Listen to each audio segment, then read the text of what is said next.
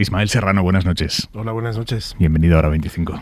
Encantado de estar aquí. Derrumbamos palacios esta noche y traemos algo de verde a los solares. Ah, pues sí, encantado, es de lo que se trata.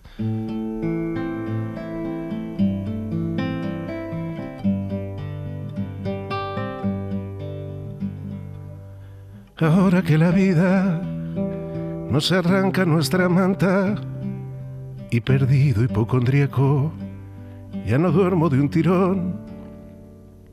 Ahora que la noche es un rumor de risa ajena que se aleja por la calle y nos congela el corazón. Ahora que respiro y resulta más difícil sacar bajo nuestra piel las astillas del recuerdo. Ahora que me pierdo las auroras de Madrid y no suenan en las radios las canciones que te debo. Yeah, yeah, yeah.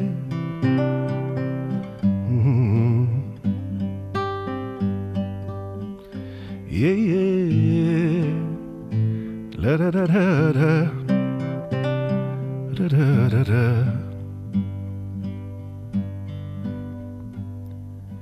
Ahora que te miras por más tiempo en los espejos, ahora que necesitamos excusas para emborracharnos, ahora que la brisa no enmaraña nuestro pelo, ahora que ya no marcamos tantos goles con la mano, ahora que discuto a gritos con el telediario, que reconozco en mi enojo las manías de mi padre, ahora que en los bares ya no crecen crisantemos, que regreso de muy lejos y no deshago el equipaje, ahora traes la lluvia y aunque ya no tenga edad, me despisto en la tormenta, grito tu nombre en la calle.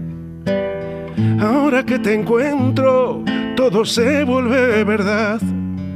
Se derrumban los palacios y tras verdeas sus solares. Haces que este otoño ilumine mis mañanas y haga callar el reloj del vientre del cocodrilo. Traes un corazón para cada hombre de hojalata. Ahora cambias mis razones y me vistes de domingo.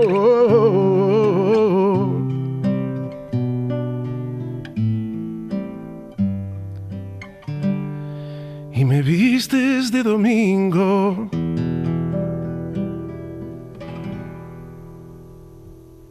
Wow.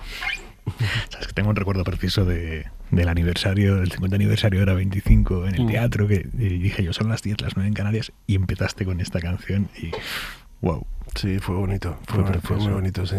Días después, Juan Manuel de Prada, colaborador de este programa, me dijo que estaba obsesionado con esta canción, que te había escuchado esa noche, y que con la letra de esta canción me decía, es que es poesía pura. Qué maravilla, sí, qué bueno. Qué bueno. Dices en la letra, ahora que discuto a gritos con el telediario, que reconozco en mi enojo las manías de mi padre. ¿Las reconoces de verdad? Sí, me reconozco en esas discusiones absurdas con la pantalla del televisor. Nadie te escucha, nadie... Y reconozco que a veces mi hija o Jimena, mi mujer, me dice que con quién hablo y por qué con esa vehemencia, ¿no? Esto estás hablando, te estás discutiendo. Bueno, esta misma mañana me ha pasado sin ir más lejos, que me veo discutiendo y entonces reconozco a mi padre. Y nosotros hemos vivido siempre la política en casa, desde pequeños, el debate. Bueno, nos implicamos, por así decir, en el debate político y me ha quedado eso. Entonces me reconozco en mi padre hablando en voz alta, discutiendo con el telediario. Ismael Serrano, estás a punto de cerrar tu última gira, por ahora, obviamente, la gira Seremos. La cierras del 15 al 19 de marzo con varias noches en el Teatro Lara de Madrid. ¿Qué te ha dado esta gira? Ha sido una gira muy bonita porque ha sido la gira del reencuentro. Ha sido una gira muy larga. Nosotros empezamos en octubre del 21 y fue cuando salíamos de la pandemia prácticamente y demás. Yo recuerdo los primeros conciertos que estaba, o sea, yo creo que todos arrastramos un trauma del que no somos conscientes, y el mío afloró, por así decirlo, cuando me subió en escenario y de repente me daban unas taquicardias y unos nervios desconocidos, ¿no? Bueno, siempre se pone uno nervioso, pero no de esa manera y demás. Y de repente ha sido reencontrarse con el público, darse cuenta del valor terapéutico de las canciones, darse cuenta de la necesidad que había de encontrarse, de mirarnos los unos a los otros. No solamente aquí en España, me ha permitido volver a Latinoamérica, que también echaba mucho de menos. Nosotros en mitad del...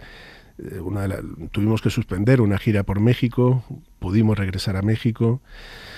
Ha sido muy bonito, la verdad. Además es una gira que tiene un componente teatral, que también yo creo que es un ejercicio de terapia, por aquello de hacer repaso de todo lo vivido y sobre todo de las promesas pendientes. Yo creo que por aquello de los 48 años, casi 50, es como que me ha dado el viejazo y te hace preguntarte si esas promesas que uno se hizo con 20 y tantos años cuando empezó en esto de la música, si uno ha estado a la altura. No ya si las ha cumplido, sino si uno ha dejado de perseguirlas, ¿no? ¿Y cuál es la respuesta? No, yo me quedo con la frase de las madres de la Plaza de Mayo que dicen que la única lucha que se pierde es la que se abandona, ¿no? Yo creo que fundamentalmente de lo que se trata es de eso, de no rendirse, ¿no? Yo cuando canto Papá, cuéntame otra vez, ahora la canto no como un hijo que le reprocha a su padre, sino como un padre que se pregunta si hemos sido capaces de escribir como generación un relato propio, ¿no? Y me gustaría pensar que cuando menos uno puede decir que no se quedó inmóvil, ¿no? Que no se resignó, que no se rindió, y siempre tienes esa sensación de que aún estás a tiempo, ¿no? De que, bueno, quizá no cumplimos con esas promesas, pero estamos a tiempo, o por lo menos luchamos por ellas, y a lo mejor suena un poco a consuelo de no sé, pero me quedo con aquello de Cavafis, que cuando decía que lo importante es el viaje, no llegar, y le decía a Ulises que retrasase su llegada todo lo que puede, pues a lo mejor de lo que se trata es del viaje, eso es lo importante. Y después de estos 25 años de viaje tuyo, musical, ¿por qué sigues escribiendo canciones? O sea, ¿cuál es tu motor ahora? Muchas veces me pregunto si alguna vez me quedaré sin recursos, sin historias, si alguna vez me enfrentaré a eso del folio en blanco y yo creo que no. Yo creo que tengo cosas que decir porque la vida me sigue interpelando, porque para mí se trata de hablar de cosas reales y cosas que me suceden. Quiero decir, muy a menudo escucho el disco de Serrat, ¿no? De Mediterráneo, y es un disco en el que me pregunto, está la canción, fíjate que la canción más famosa es algo como inusual, no. La canción más conocida de Serrat es una canción que habla del Mediterráneo, que es algo a día de hoy impensable, ¿no? Pero porque de alguna manera habla del nosotros, habla de los anhelos compartidos, de los sueños compartidos. También habla del pueblo blanco y se anticipa al concepto de la España vaciada, habla de la infancia, habla de territorios comunes, de paisajes compartidos, de sueños compartidos, y yo creo que de eso se trata. Yo quiero hablar de eso. O sea, yo quiero que con el paso del tiempo, cuando alguien escuche un disco mío, entienda el tiempo que me toca vivir. O sea, trato de evitar no mirarme el ombligo demasiado y no volverme hermético y hablar de mis movidas y de mis cosas, sino de cosas que me interpelan, que tienen que ver con el nosotros y que tienen que ver conmigo, con lo que me toca vivir. Es decir, no sé, ahora estaba escribiendo una canción que se llama Los amantes invisibles y que habla de cómo la edad nos invisibiliza, ¿no? En todo término, ¿no? En lo laboral, pero no solamente eso, en la seducción también, ¿no? Yo ya no soy el cantautor más guapo y prometedor del panorama musical, ¿no? No eres el más guapo de la barra. Claro, ya no soy el más guapo de la barra, ¿no? Entonces, bueno, pues de eso, de cosas reales, o sea, cosas que son reales y que nos pasan. Porque a mí me gusta como oyente escuchar canciones que digo, es que eso pasa, eso es real, ¿no? No escuchar la enésima canción de amor, que también nos pasa, pero nos pasan más cosas. ¿No te da pudor exponer esos sentimientos? Yo creo que lo he perdido con el paso del tiempo, debe ser, porque... Que había la otra posibilidad, que con el paso del tiempo te diera cada vez más pudor, y sería un problema. Sí. Hombre, hay un cierto pudor, sí, en contar según qué cosas, sí. Pero por otro lado, yo hago el ejercicio de... Yo creo que a mí la paternidad me ha quitado cierto sentido del ridículo y ciertos pudores. No digo que sea el único camino, que para llegar hasta donde yo he llegado. Y yo creo que tiene que ver con eso, con de repente darle una importancia justa a uno mismo, ¿no? Hasta que uno no tiene hijos, está permanentemente en el centro de cada relato, ¿no? Es el protagonista de todos los relatos, y cuando tienes hijos te das cuenta de que ya no tienes por qué estarlo, ¿no? Y te da menos pudor, según qué cosas. Por lo menos a mí me ha pasado eso. ¿Y te preocupa o te gusta pensar que tu hija y que ahora tiene 8 años, 9 años, Sí. que cuando crezca va a conocer a su padre, muchas cosas de su padre, a través de las canciones. Sí, eso me lo empiezo a preguntar ahora. Ahora empiezo a ser consciente, porque con 8 años empieza a preguntarte cosas, ¿no? Y cuando escucha las canciones, las escucha desde otro lugar, porque hasta ahora cada vez que ponía un disco mío o una canción mía me pedía que pusiera cualquier otra cosa, pica pica o lo que fuera. Ahora no, ahora escucha con detención. Y me doy cuenta de que efectivamente va a hacerme preguntas, va a hacerme preguntas para las que no siempre voy a tener la respuesta o la respuesta correcta. Entonces sí me estoy dando cuenta ahora de que ella va a escuchar mis canciones y las va a escuchar desde otro lugar diferente, claro. Hablábamos antes de Ya no soy el más guapo de la barra. Cuando tú te tiras 4 minutos cantándole a alguien, no soy el cantautor que viene a ordenarte la vida, no soy aquel que se tatúa tu nombre en un costado, no soy el copiloto que te dará charla en cada uno de tus viajes, no soy tu medicina ni el que te hará cambiar todos los vendajes, solo soy aquel que te amó como pudo. Joder, ¿a ti eso no te desgarra al cantarlo? Bueno, al contrario, porque es como tomar conciencia de lo poco que es uno y de lo mucho que es uno, quiero decir. O sea, me resulta bastante terapéutico en ese caso, porque en el caso de esta canción lo que pretendía era un poco, pues eso, hacer aterrizar al personaje del cantautor, que es un personaje solemne, que se lo toma toda la tremenda, y darte cuenta de, bueno, pues eso. Yo creo que la sensibilidad del músico, por lo general, está muy sobrevalorada. Y se piensa que el músico tiene como un don, una capacidad, y esto de componer resulta de un déficit a la hora de gestionar según qué cosas. Sobre todo, yo creo que ciertos miedos, aceptar la pérdida, por ejemplo. Por eso las canciones de desamor, porque no sabemos renunciar, no sabemos perder, no queremos y nos aferramos a lo vivido de forma desesperada escribiendo canciones de desamor, ¿no? O sea, hay canciones de despecho, y últimamente está sonando muchas canciones de despecho terribles, y lo que revelan finalmente es que uno no es capaz de soltar, uno no es capaz de irse de ese lugar. Hablando de Shakira, ¿tú también has enviado mensajes rabiosos en tus canciones?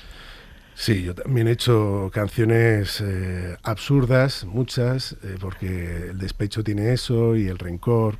Yo creo que el rencor miserabiliza un poco a todos. No hablo del caso de Shakira, no me atrevo a decir eso, pero creo que en general, ¿no? El desamor nos lleva a decir, por ejemplo, eso, ¿no? Sin ti la vida no tiene sentido, sin ti... A veces, ¿no? Y luego también lo otro, ¿no? A señalar y arrojar la canción como si fuera un puñal, ¿no? También, a veces. Incluso también, a veces, el desamor te convierte en un chantajista en muchos aspectos y demás, ¿no? Entonces yo creo que el amor saca lo peor, por eso yo soy bastante benevolente cuando escucho una canción de desamor o que resulta de una ruptura o algo así. Yo creo que hay que ser indulgencia. Sí, un poquito de indulgencia, yo creo que sí. Sé que a los músicos os jode mucho esta pregunta por reduccionista, pero sé que también tú me lo vas a contestar porque no te andas con chorradas. ¿Cuál es tu gran canción? Yo creo que la que acabo de cantar, ahora que te encuentro, es... o me gusta pensarlo porque es una de las últimas canciones, ¿no? Y siempre está el tópico de que tus mejores composiciones son las que hiciste en tus inicios. Hombre, evidentemente hay una canción por la que me conoce mucha gente, que es Papá, cuéntame otra vez, pero fíjate que no es la que más reproducciones tiene en YouTube, sino que se ha convertido en Ahora que te encuentro, que yo creo que es que la escucha incluso mucha gente sin saber que es mía, como le pasa a Juan Manuel de Prada, ¿no? Que se emocionan de repente, aunque Juan Manuel nos conocemos de muy jóvenes, porque hicimos una entrevista para un semanal hace mucho tiempo y fue una experiencia sorprendentemente bonita, ¿no? De Prada sorprende muchísimo. Sí, totalmente, porque estamos en las antípodas en muchas cosas, ideológicamente y demás, y sin embargo era un gusto hablar con él de según qué cosas. Y bueno, Ahora que te encuentro, que es una canción que escribí cuando nació mi hija, parece una canción de amor, y bueno, y lo es, pero no del amor romántico, este ideal convencional, sino que es una canción que tiene que ver con cómo la llegada de mi hija desordenó mi vida de manera maravillosa, ¿no? Claro. Respecto a lo que has dicho de que te gusta pensar que esta es o tu mejor canción porque es de las más recientes, porque existe el tópico de que las mejores creaciones de un artista son las primeras. Te escuché en un concierto una frase que dijiste cuando alguien te pidió, creo que fue, no sé si fue Vértigo y sin embargo alguien del público te gritó y tú dijiste exactamente qué es lo que echas de menos de esta canción. Mis primeras canciones o el que tú eras cuando sonaban estas primeras canciones, ¿no? El que tú eras cuando escuchabas estas canciones. ¿Qué es lo que quieres revivir en este momento? Claro, es que yo creo que es eso, ¿eh?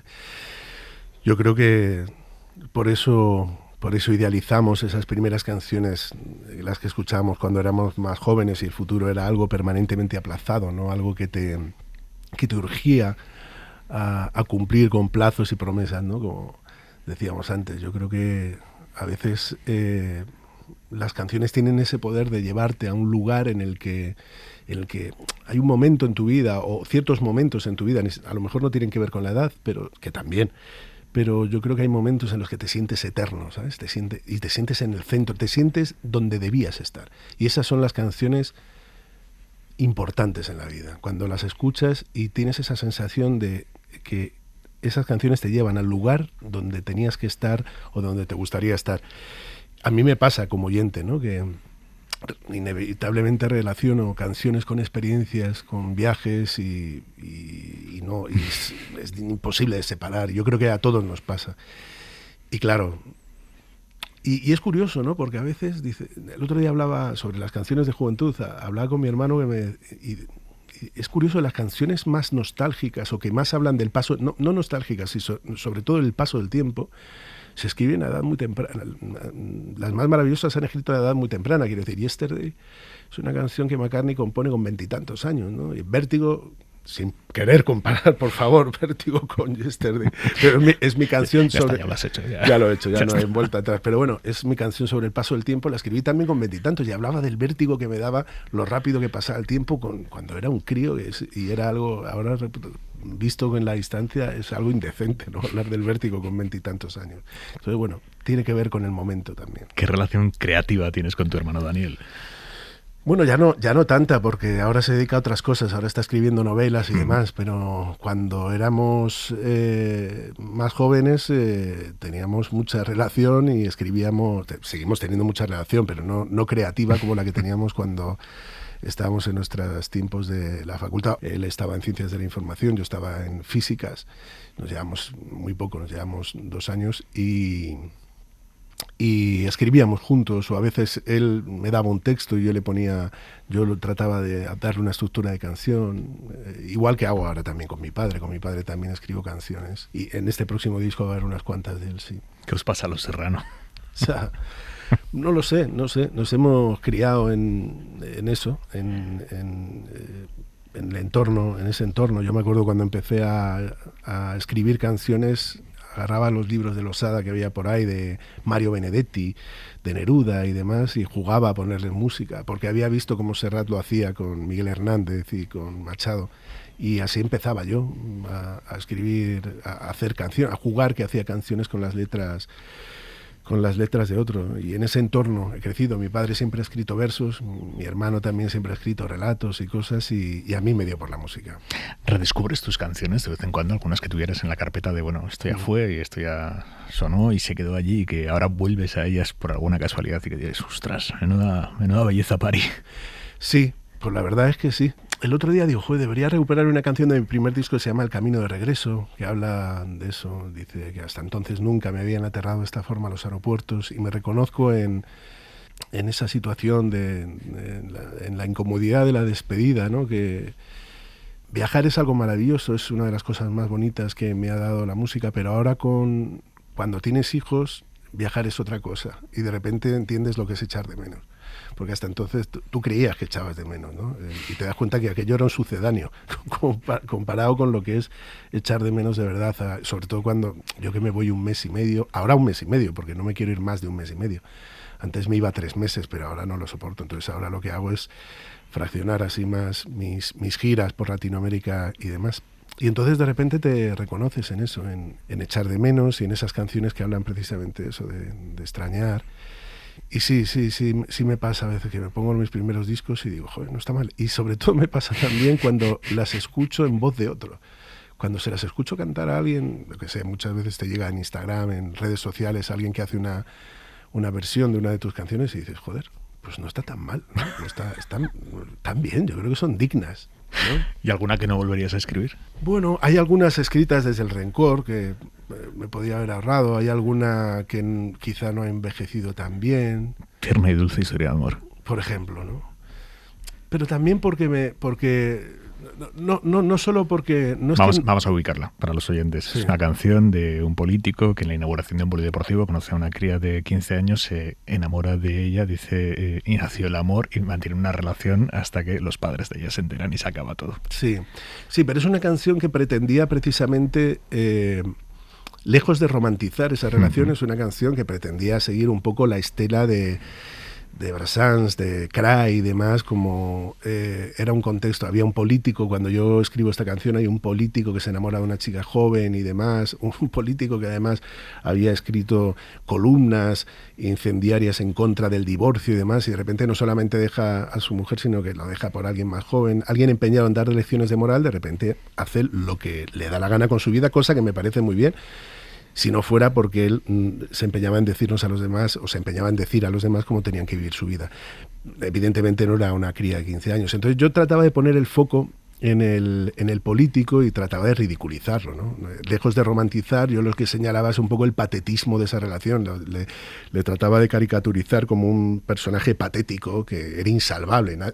Nadie en su sano juicio puede pensar que hay una romantización porque me estoy riendo todo el rato del personaje. Pero es verdad que te das cuenta de que el error está en poner el foco en el tipo, que es lo que siempre ocurre, como miramos al tipo y demás y frivolizamos en torno a una cuestión que a lo mejor es seria.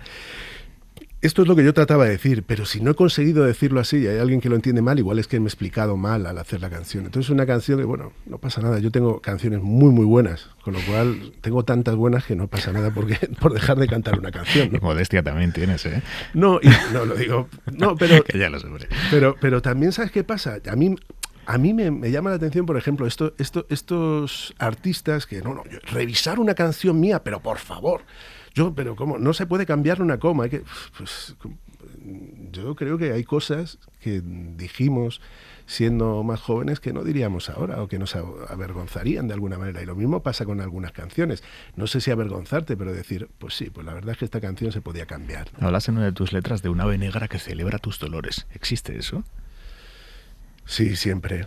Siempre, entre otras cosas, hay otra canción que dice que toda felicidad tiene damnificados. ¿Quiénes son los tuyos? No lo sé, no lo sé, pero supongo que mi felicidad...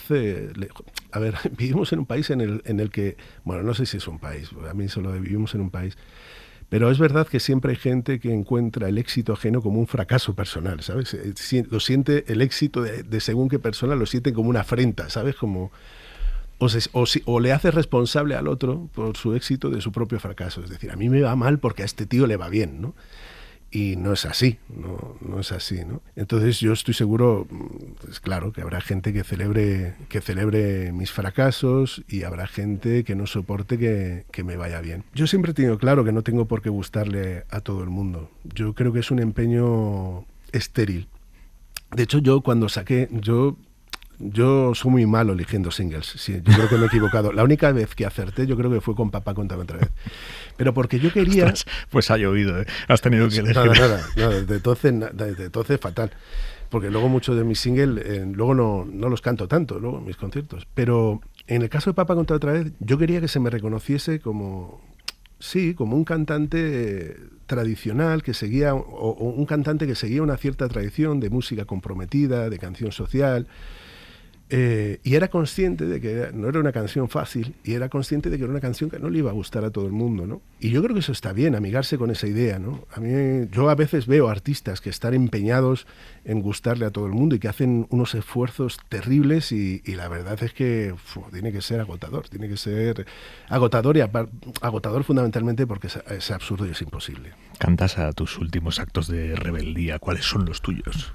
Bueno, apostar por el tipo de música que yo hago no es poco. Ya es en sí mismo un acto de rebeldía. A mí sí me lo parece. la canción de autor no es la música más divulgada en los medios musicales convencionales, en la radiofórmula.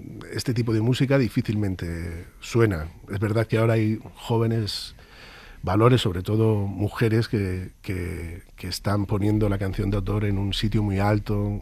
María Rosalén es un ejemplo claro, ¿no? Y además con un estilo de canción de autor también en gran medida tradicional, quiero decir, como muy en el canon, ¿no? Con una canción comprometida que no solo habla de la canción de amor y desamor, sino que tiene que ver con el mundo que le toca vivir y demás. Pero bueno, el algoritmo yo creo que penaliza. Quiero decir, cuando tú ves que la mayor parte de las visualizaciones de YouTube no llegan a término nunca del vídeo, son apenas unos segundos. Y claro, yo creo que el cantautor está empeñado en contar un relato que merece ser escuchado con otro tiempo y con otra calma. Y yo creo que eso se penaliza. No hace mucho me contaba alguien cómo en Spotify hay diferentes listas de diferentes géneros musicales. Hay muchas listas de pop, oficiales me refiero. Luego están las listas que hacen los usuarios, pero hay la lista de pop en español, la lista de música urbana, y hay músicas hechas por prescriptores, por gente, ¿no? Y hay otras que están hechas por algoritmos. En el caso de la canción de autor, solo hay una lista oficial y está hecha por un algoritmo. O sea, no está hecha por alguien. Con lo cual, alguien que empieza en esto y que hace según qué tipo de música, lo tiene muy difícil para acceder a esas listas, porque claro, si dependes del algoritmo, dependes de las escuchas, dependes de con qué otros artistas te relacionan. Y yo creo, de hecho, que los algoritmos las redes sociales y demás, están determinando incluso, creo que no estamos reflexionando sobre de qué manera están influyendo en la forma de hacer música. Yo creo que la gente, los chavales más jóvenes, están haciendo música muchas veces, no ya tanto por los dictados del alma y del sentimiento, sino un poco pensando en cómo quieren ser posicionados en las búsquedas, relacionados con según qué artistas. Y yo creo que los contenidos audiovisuales están siendo muy determinados también, en alguna manera, por de qué manera quieres aparecer y cómo, y cómo quieres que te trate el algoritmo. Frases en estribillos que encajen en TikTok. Por ejemplo, es que antes, claro, se va más allá. Antes estaba la obsesión del estribillo que sonaba en la radiofórmula. Ahora de lo que se trata es de hacer un meme musical, ¿no? Se trata de eso, de hacer una frase que se repita hasta la saciedad en TikTok, y entonces la canción se convierte en éxito, se viraliza, ¿no? Sí, a través de la copia, pero como bien dice, ya ni siquiera de un estribillo, porque no da tiempo, ¿no? Ismael, nos vamos. ¿Con qué nos vamos? Pues nos vamos como empezamos, con Papá, cuéntame otra vez.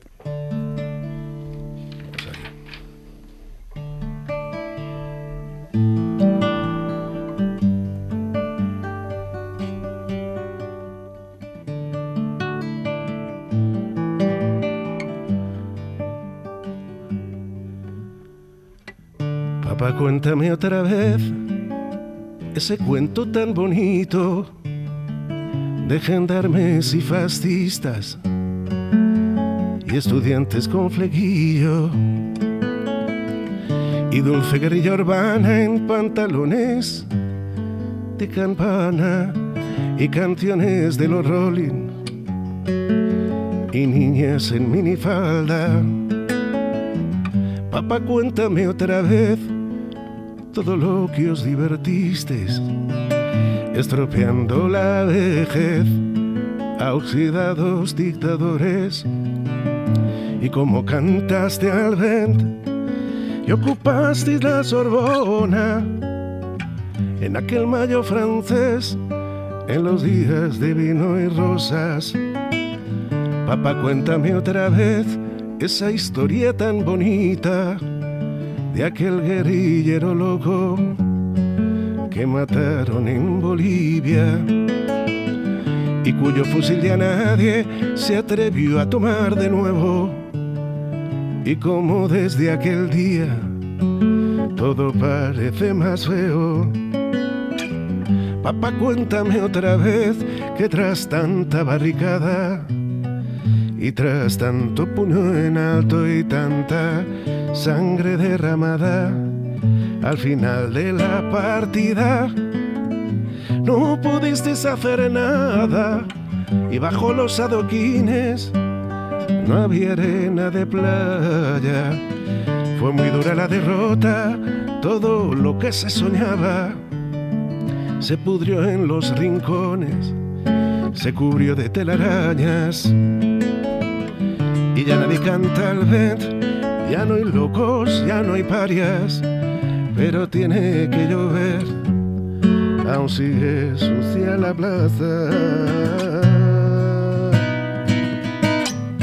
Queda lejos aquel mayo, queda lejos Saint-Denis, que lejos queda Jean-Paul Sartre, muy lejos aquel París. Sin embargo, a veces pienso que al final todo dio igual, las hostias siguen cayendo sobre quien habla de más, y siguen los mismos muertos podridos de crueldad. Ahora mueren en Bosnia los que morían en Vietnam. Ahora mueren en Bosnia los que morían en Vietnam. Ahora mueren en Gaza los que morían en Vietnam.